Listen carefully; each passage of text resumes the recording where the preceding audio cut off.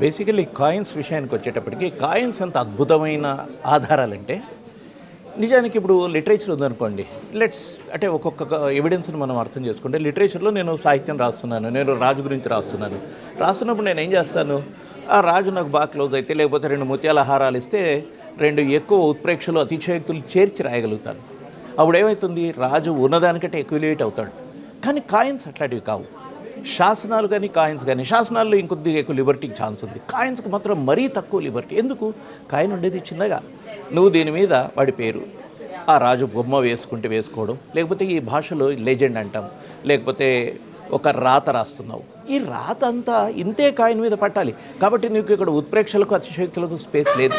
అయితే ఇది ఎందుకు ఇంపార్టెన్స్ అని మాట్లాడుతున్నా అంటే, ఇందాక మీరు అన్నట్టుగా శాతవాహనులు, నిజానికి శాతవాహనులు అనగానే ఏమైపోయిందంటే భారతదేశ చరిత్రలోనూ, ఎస్పెషల్లీ దక్కన్ చరిత్రలోనూ, ఇంకా మన తెలంగాణ కానీ ఆంధ్రప్రదేశ్ చరిత్రలో కూడా శాతవాహనుల మీద చాలా పెద్ద ఎనిగ్మా ఉంది, మిస్టరీ ఉంది. శాతవాహనులు ఎక్కడ పుట్టారంటే జనరల్గా మనకు ఉంటుంది కదా, గొప్పోడంతా ఎక్కడ ఉండాలంటే మన దగ్గరే ఉండాలి. శాతవాహనులు అద్భుతమైన రాజులు, చాలా పెద్ద రాజులు, చాలా పెద్ద భూభాగాన్ని పరిపాలించారు. కాబట్టి ఇప్పుడు ఆ శాతవాహనులు ఎక్కడ పుట్టినారు అంటే ప్రతి ఒక్కళ్ళు శాతవాహనుల్ని వాళ్ళ దగ్గర తీసుకెళ్ళిపోతుంటారు. ఉదాహరణకు తీసుకుంటే మహారాష్ట్ర వాళ్ళు పైఠాన్లో 2 నాణ్యాలు దొరికాయబట్టి పైఠాన్లో జరిగి అక్కడి నుంచి శాతవాహనులు మొదలయ్యారని, లేకపోతే ఇంకొక శాసనం బళ్ళారి ప్రాంతంలో ఉంది కాబట్టి మాస్కీలో కాయిన్ దొరికి, మన మాస్కీగా సన్నతిలో కాయిన్ దొరికింది కాబట్టి ఇక్కడి నుంచి మొదలయ్యారని రకరకాల సిద్ధాంతాలు ఉన్నాయి. అట్లే తెలంగాణలో చాలా లేట్గా, నిజానికి తెలంగాణలోని శాతవాహనులు మొట్టమొదట స్టార్ట్ అయ్యారు, వీళ్ళు పాలన స్టార్ట్ అయిందని చెప్పడానికి నాణ్యాలే పెద్ద సాక్ష్యాలు. కోటలింగాలని జగిత్యాల జిల్లాలో కోటలింగాల అంటారు, కోట్లింగాల అంటారు. నేను దాన్ని కోటలింగాలుగా పిలుస్తాను, ఎందుకంటే అక్కడ ఒక కోట ఉంది. ఆ కోట ఎవరిది? శాతవాహన కాలంది. ఈ శాతవాహన కాలం కోట ఏదైతే ఉందో ఈ కోట ప్రాంతంలోనే కోటలింగాల కోట్లింగాల అంటున్న ఊరిలో అద్భుతమైన నాణ్యాలు దొరికాయి. ఏ నాణ్యాలు అవి? శాతవాహనుల కంటే ముందున్న నాణ్యాలు. 5 మంది మేము హిస్టరీలో ప్రీ శాతవాహన కాయిన్స్ అంటాం. ఆ ప్రీ శాతవాహన కాయిన్స్ గోబద, నరన, సిరివయస, కంవయస, సమగోప, ఇట్లా ఒక 5 మంది రాజుల నాణ్యాలు దొరికాయి. ఇది శాతవాహనుల కంటే ముందు. అంటే ఇది ఎక్కడికి పోయింది? ఇది క్రీస్తు పూర్వపు చరిత్రకు పోయింది. అంటే దాదాపు 2000 కంటే ఇంకొక 100 ఏళ్ళు వేసుకున్నా, కనీసం 2100, 2200 ఏళ్ళు. అంటే మౌర్యులకు ఇమ్మీడియట్ నెక్స్ట్ ఫేజ్కి వెళ్ళింది. ఇంత పాత నాణ్యాలు అక్కడే ఊళ్ళో దొరుకుతున్నాయి, సరిగ్గా గోదావరి ఒడ్డున. ఆ నాణ్యాలు చరిత్రను మలుపు తిప్పాయి. దాన్ని కోట్లింగాల కాయిన్స్ అంటాం. అంటే శాతవాహనులు మా దగ్గర పుట్టారని మహారాష్ట్ర అనొచ్చు, మా దగ్గర పుట్టారని ఆంధ్ర అనొచ్చు, అమరావతి తీసుకున్నారు, లేకపోతే శాతవాహనులు మా దగ్గర పుట్టారని కర్ణాటక అనొచ్చు. కానీ ఎక్కడి నుంచి పుట్టిరు అంటే స్ట్రాటిగ్రఫీలో, అంటే తవ్వకాలు జరుపుతుంటే, లేకపోతే మట్టి పొరలు ఎప్పుడు అబద్ధాలు చెప్పవు.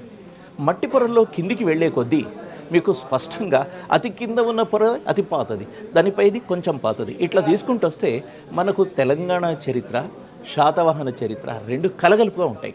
ఈ నాణ్యాలు అవి చేసినాయి అనమాట. ఈరోజు తెలంగాణలో మాట్లాడుకోవడానికి చరిత్రలో మొట్టమొదటి రాజ్యం ఒక మహాజనపదం ఇంకొంచెం వెనక్కి వెళితే అస్సక లేక అస్మక మహాజనపదం అన్నాం.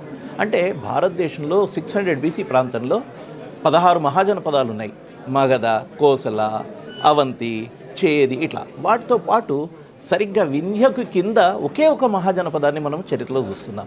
ఆ ఒకటి అస్మక మహాజనపదం. మీరు బాహుబలి సినిమా చూసింటారు. బాహుబలిలో ఆ రాణా కరోనేషన్ సెరమనీ అప్పుడు డ్యాన్స్ చేస్తున్నప్పుడు, పాటలు పాడుతున్నప్పుడు అస్మాకం అజేయం అని పాట వస్తుంటుంది. ఆ అస్మాకం అక్కడి నుంచి తీసుకున్నారు. ఈ అస్మాకం అనేది, లేకపోతే అస్మక అనేది ఒక మహాజనపదం. ఆ మహాజనపద కాలం నుంచి ఇక్కడ ఒక రాజ్యం ఉంది. ఆ మహాజనపదం నుంచి వస్తూ గోదావరి పరివాహక ప్రాంతం ఒక నాగరికతకు పుట్టునలు. ఎందుకంటే మనకు చరిత్రలో చూస్తే నది ఎప్పుడు నాగరికతను పుట్టిస్తుంది, నది లేకపోతే నాగరికత లేదు. మంజీరా గోదావరిల సంగమం కనకుర్తి. ఈ మంజీరా నుంచి మొదలైతే అటు గోదావరి వరకు ఈ మొత్తాన్ని మనం అస్సక లేక అస్మక మహాజనపదం అన్నాం. బోధన్ దాని రాజధాని. అంటే దక్షిణ భారతదేశ చరిత్రలోనే ఒక మహాజనపదం యొక్క రాజధాని బోధన్లో ఉండింది. ఇదంతా కూడా మనకు తెలంగాణ వాసులు, లేకపోతే ఇక్కడ తెలుగు వాళ్ళకు చూస్తుంటే ఆశ్చర్యకరంగా అనిపిస్తుంది. అంటే 600 BCలో ఇక్కడ ఒక మహాజనపదం ఉంది, దాని రాజధాని బోధన్ అని.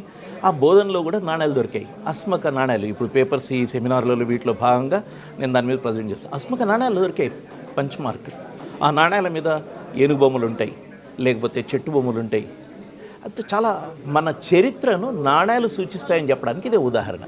భారతదేశ చరిత్రలో శాతవాహనులు చాలా ముఖ్యమైన అంశం.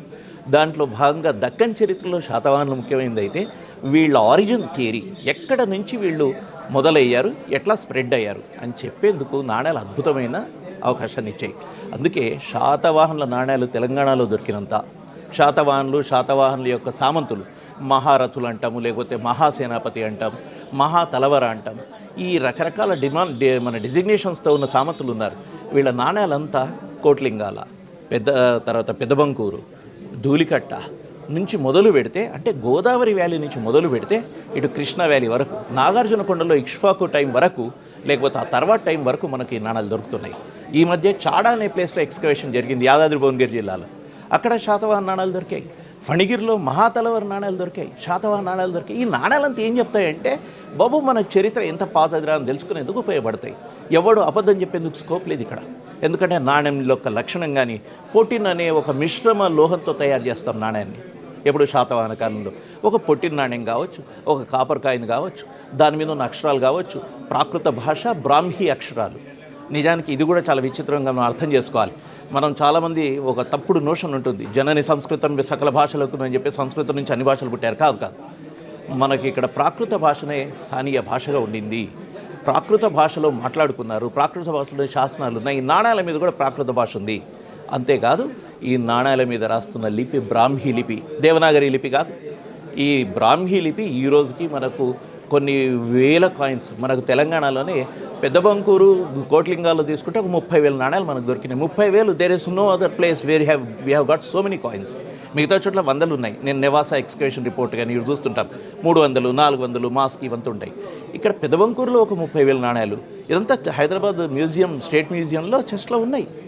అసలు ఓవరాల్గా తీసుకుంటే great treasury of numismatic treasury మనకు హైదరాబాద్ స్టేట్, నిజాం స్టేట్ నుంచి మొదలు పెడితే ఈ రోజు వరకు జరిగిన తవ్వకాలు దొరుకుతున్నాయి. కాబట్టి నాణ్యాలు చాలా ఇంట్రెస్టింగ్ థింగ్స్. ఇప్పటికి కూడా మన మామూలు వాళ్ళకి ఎట్లా కనెక్ట్ కావాలి ఈ నాణ్యాలు అంటే, చూడండి మీరు ఇళ్లలో కూడా నాణ్యాలు కలెక్ట్ చేసుకునే హాబీ ఉంటుంది. 5 పైసలు, 10 పైసలు. ఇప్పుడు 5 పైసలు మ్యూజియం ఆబ్జెక్ట్ అయిపోయింది. 50 పైసలు కూడా వాడి నాణుకల్లో లేదు. 10 రూపాయల కాయిన్ ఇస్తే తీసుకుంటలేదు చలామణి. రేపొద్దున ఇవన్నీ కూడా మీకు ఓల్డెస్ట్ కాయిన్స్గా మన చరిత్రని చెప్పేందుకు మిగులుతాయి. సో నాణ్యాలకు సంబంధించిన చరిత్ర ఇది.